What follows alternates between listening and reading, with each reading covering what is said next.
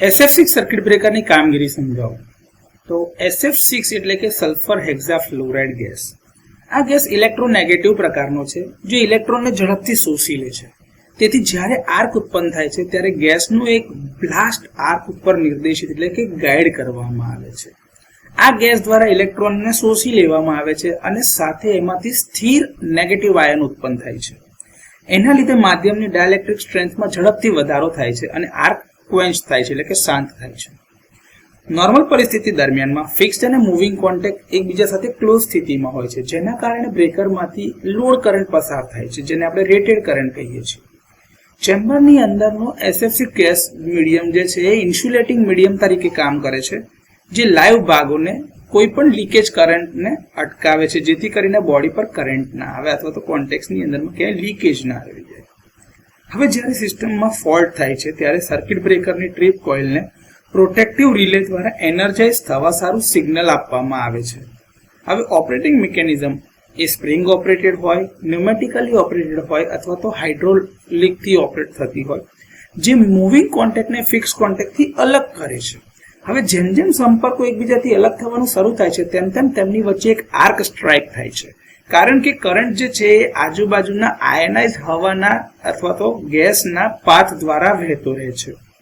આ contact separation દરમિયાન આર્કની ઉર્જા આસપાસના SF6 ગેસના ગરમ થવા માટે અને એના વિસ્તરણ એટલે કે એક્સપાન્શન થવાનું કારણ બને છે.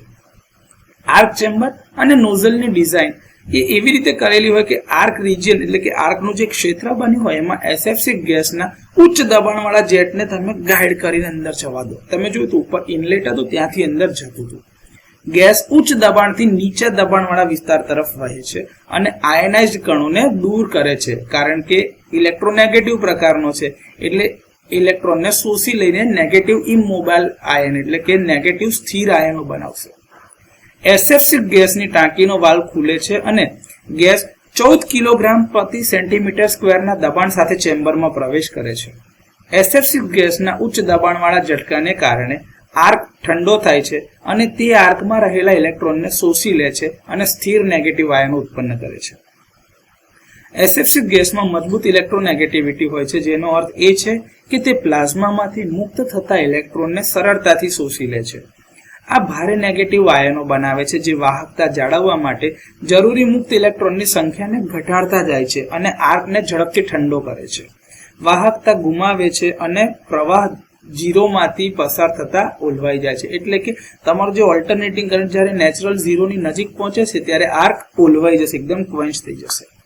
કરંટ ઝીરોના ઇન્સ્ટન્ટ પછીથી SF6 ગેસ ઝડપથી આર્ક પાથને ડીઆયનાઇઝ કરે છે, કોન્ટેક્ટ્સ વચ્ચે ડાયલેક્ટ્રિક સ્ટ્રેન્થ પુનઃ સ્થાપિત કરે છે. ગેસ પ્રેશર સિસ્ટમ ચેમ્બર વચ્ચે ગેસનું પુનઃ વિતરણ કરીને એટલે કે ડિસ્ટ્રીબ્યુશન કરીને એનું ઇક્વિલિબ્રિયમ એટલે કે બેલેન્સ એટલે સંતુલન પાછું પુનઃ સ્થાપિત કરે છે. કોન્ટેક્ટ્સ ખુલ્લા રહે છે.